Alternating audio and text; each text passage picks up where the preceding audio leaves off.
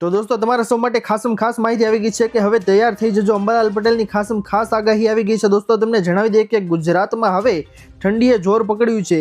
સવારમાં કડકડતી ઠંડી લોકોને ધ્રુજાવી રહી છે. એવામાં ગુજરાતમાં શિયાળો હવે પોતાનું અસલી સ્વરૂપ છે તે બતાવી રહ્યો છે. હવામાન નિષ્ણાત અંબાલાલ પટેલે રાજ્યમાં આગામી દિવસોમાં ઠંડી અને વાતાવરણમાં પલટોને લઈને મહત્વની આગાહી કરી છે. દોસ્તો તમને જણાવી દઈએ કે હવામાન નિષ્ણાત અંબાલાલ પટેલે આગાહી કરી છે, જેમાં જણાવ્યું છે કે વેસ્ટર્ન ડિસ્ટર્બન્સના કારણે રાજ્યના અનેક ભાગોમાં તાપમાનનો પારો છે તે ગગડવાની શક્યતા છે. દોસ્તો તમને જણાવી દઈએ કે અત્યારે ઠંડીનું જોર છે તે દિવસે ને દિવસે વધી રહ્યું છે. એવામાં દોસ્તો હવે તમને જણાવી દઈએ કે ઉત્તરાયણ છે તે 14 તારીખે આવવાની છે. તો તેના વિશે અંબાલાલ પટેલે જણાવ્યું છે કે ઉત્તરાયણમાં પવન છે તે સારો રહેશે. બપોર પછી દિશા અને પવનમાં પણ ફેરફાર થઈ શકે છે. 11 જાન્યુઆરી આસપાસ અને 18 જાન્યુઆરીના અંતમાં ભારે આકરી ઠંડી છે દોસ્તો તે પડી શકે છે. તો ખાસ આગાહી કરી છે દોસ્તો અંબાલાલ પટેલે કે ઉત્તરાયણના તહેવારમાં પવન છે તે સારો રહેશે, જેથી પતંગ રસિયાઓ માટે આ ખાસ સમાચાર છે દોસ્તો. ત્યારબાદની મોટી માહિતી તમારા સૌ માટે આગળ આવી રહી છે કે કામ પૂરું નહીં કરો તો પગાર અટકશે. જી હા દોસ્તો, તમને જણાવી દઈએ કે ગુજરાતના સરકારી કર્મચારીઓ સાવધાન થઈ જજો, કારણ કે 31 જાન્યુઆરી સુધીમાં મિલકતોનું પત્રક જમા નહીં કરાવો તો અટકી જશે તમારો પગાર.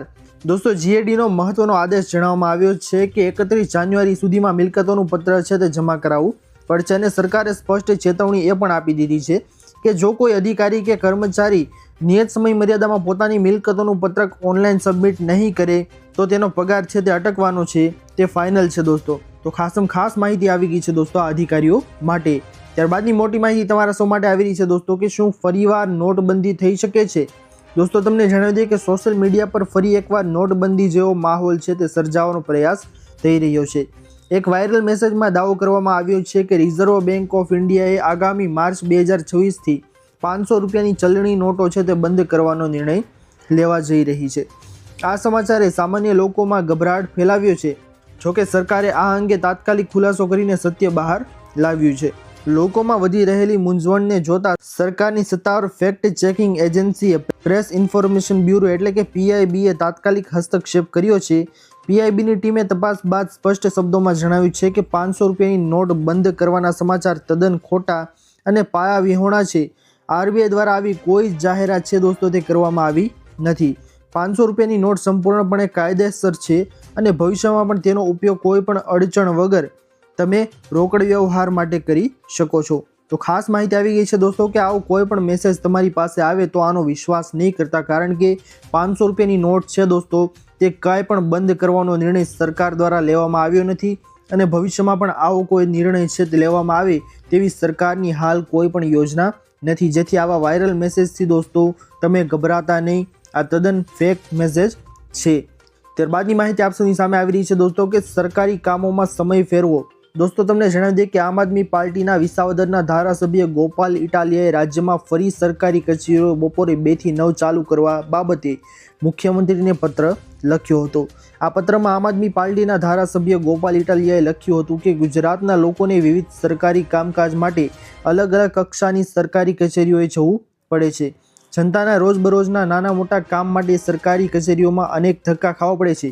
એવામાં આમ આદમી પાર્ટીના ધારાસભ્ય ગોપાલ ઇટાલિયાએ વધુમાં લખ્યું હતું કે જે લોકો આખો દિવસ નોકરી ધંધા ઉપર કે ખેતીમાં કામે જોડાયેલા હોય તેવા લોકો સાંજે પોતાની નોકરી પૂરી કર્યા પછી નિરાતે સરકારી કચેરીએ જઈને પોતાનું કામ કરાવી શકે તે માટે મામલતદાર, નગરપાલિકા, તાલુકા પંચાયત, વીજળી વિભાગ, મહાનગરપાલિકા, વોર્ડ ઝોન ઓફિસ અને પ્રાંત કચેરીઓ અને ગ્રામ પંચાયત કચેરી બપોરના 2 વાગ્યાથી રાતના 9 વાગ્યા સુધી ચાલુ કરવી જોઈએ.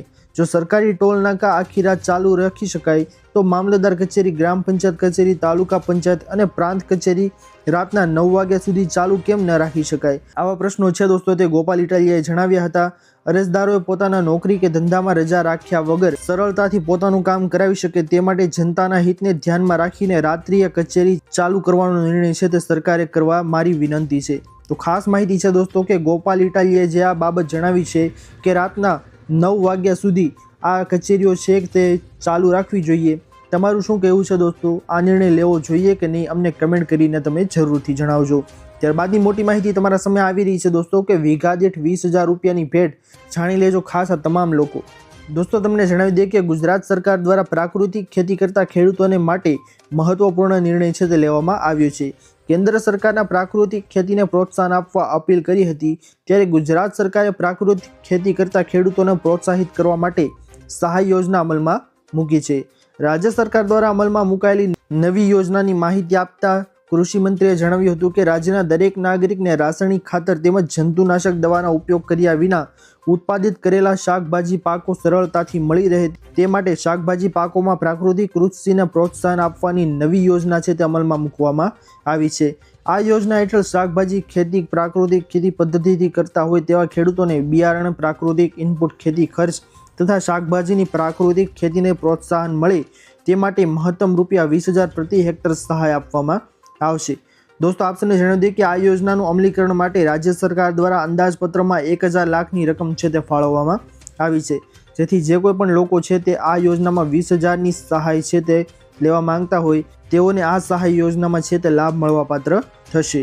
ત્યારબાદની માહિતી તમારી સામે આવી રહી છે દોસ્તો કે ગુજરાતમાં 300 યુનિટ મફત વીજળી. જી હા દોસ્તો, તમને જણાવી દઈએ કે ગુજરાત વિધાનસભાના બજેટ સત્રમાં આમ આદમી પાર્ટીના ધારાસભ્ય ઉમેશ મકવાણાએ અન્ય રાજ્યોની જેમ ગુજરાતમાં પણ મફત વીજળી આપવાની યોજના અંગે સરકારને પ્રશ્ન કર્યો હતો, જેના જવાબમાં ઉર્જા મંત્રી કનુ દેસાઈએ કહ્યું હતું કે ગુજરાતમાં 200 થી 300 યુનિટ વીજળી મફત આપવાની કોઈ યોજના નથી. આ સાથે તેમણે એમ પણ કહ્યું છે કે તેઓ ભવિષ્યમાં તેને વેચશે નહીં. આ દરમિયાન ઉર્જા મંત્રીએ દાવો કર્યો કે સૂર્યઘર યોજના હેઠળ લોકોને 300 યુનિટ મફત ફ્રી વીજળી મળી શકે છે, જેથી જે કોઈ પણ લોકો છે તે મફત વીજળી યોજનાનો લાભ લેવા માંગતા હોય તે સૂર્યઘર યોજના છે તેમાં રજીસ્ટ્રેશન કરાવી અને તેનો લાભ છે તે મેળવી શકે છે.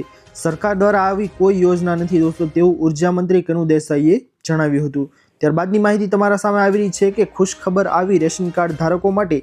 દોસ્તો, તમને જણાવી દઈએ કે રેશનિંગ અનાજના દુકાનદારો દ્વારા વર્ષોથી મહિનાના પ્રારંભે વિતરણ કરવા માટેના અનાજનો જથ્થો મળી જવો જોઈએ તેવી માંગણી કરાતી હતી, તે હવે નવા વર્ષે સાકાર થઈ છે. લગભગ મોટાભાગના દુકાનદારોને મહિનાના પ્રારંભે જ સમયસર અનાજ મળી જતા વિતરણ શરૂ કરી દેવાયું હતું. પુરવઠા વિભાગ દ્વારા આગામી સમયમાં પેકિંગમાં રેશનિંગના અનાજનો જથ્થો સહિતની યોજના છે તે અમલમાં કરાય તેવી સંભાવના છે, જેથી ખાસ માહિતી આવી ગઈ છે દોસ્તો રેશનિંગ ધારકો માટે. ત્યારબાદની માહિતી તમારી સામે આવી રહી છે દોસ્તો ખાસ કે ખેડૂતોને ખુશખબર, કૃષિ મંત્રીની જાહેરાત. દોસ્તો, તમને જણાવી દઈએ કે કેન્દ્રીય કૃષિ મંત્રીએ કહ્યું હતું કે કૃષિ એ દેશના અર્થતંત્રની કરોડરજ્જુ છે, તેથી ખેડૂતોને તેમની આવક વધારવા અને તેમને સુરક્ષિત રાખવા માટે યોગ્ય સમયે સસ્તા અને ગુણવત્તાયુક્ત ખાતરો મળે તે જરૂરી છે. તેમણે માહિતી આપી કે ખાતર નિયંત્રણ આદેશ 1985 હેઠળ નકલી અથવા તો હલકી ગુણવત્તાવાળા ખાતરોનું વેચાણ પ્રતિબંધ છે અને તેના ઉલ્લંઘન પર કડક કાર્યવાહી કરવામાં આવે છે. જેથી ખાસ માહિતી છે દોસ્તો કે નકલી અથવા તો હલકી ગુણવત્તાવાળા ખાતરોનું વેચાણ છે તે અત્યારે પ્રતિબંધિત છે અને ખેડૂતોની ખેતી છે તેને ખાસ સુરક્ષિત રાખવા માટે યોગ્ય ખાતર છે તે ઉપલબ્ધ રહેશે. ત્યારબાદની માહિતી આપ સૌની સામે આવી રહી છે દોસ્તો કે ખેડૂતોને 9,000નો હપ્તો જાહેરાત. દોસ્તો, ખાસ માહિતી જાણી લેજો તમામ ખેડૂતો કે દેશના કરોડો ખેડૂતોની નજર દર વર્ષે સંસદમાં રજૂ થતા સામાન્ય બજેટ પર ટકેલી હોય છે. ખેતીના વધતા જતા ખર્ચ અને મોંઘવારી વચ્ચે અન્નદાતાઓને સરકાર પાસે હંમેશા રાહતની આશા રહે છે. રિપોર્ટ્સ પ્રમાણે કેન્દ્રીય બજેટ ખેડૂતોના ચહેરા પર ખુશી લાવી શકે છે.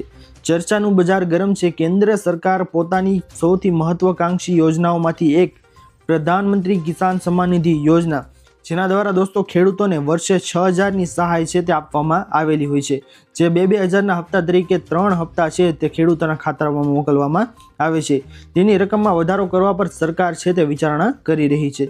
મીડિયા રિપોર્ટ્સ પ્રમાણે તમને જણાવી દઈએ દોસ્તો કે જો બધું યોજના પ્રમાણે નક્કી રહ્યું તો વાર્ષિક મળતી જે 6,000ની રકમ છે તેને 9,000 રૂપિયા કરવામાં આવી શકે તેમ છે. હજુ દોસ્તો આના વિશે સત્તાવાર જાહેરાત તો કરવામાં આવી નથી, પરંતુ જે બજેટ છે દોસ્તો તેની અંદર આ પ્રશ્ન છે તે આવી શકે છે અને ખેડૂતોને જે વર્ષે 6,000 રૂપિયા જે મળવાપાત્ર થાય છે તેને વધારીને હવે 9,000 રૂપિયાની રકમ છે તે કરવામાં આવી શકે તેમ છે. તો ખાસ માહિતી છે દોસ્તો આ તમામ ખેડૂતો માટે. ત્યારબાદની માહિતી આપ સૌની સામે આગળ આવી રહી છે વધારે દોસ્તો કે સ્માર્ટ મીટર અંગે ફરી વિરોધ.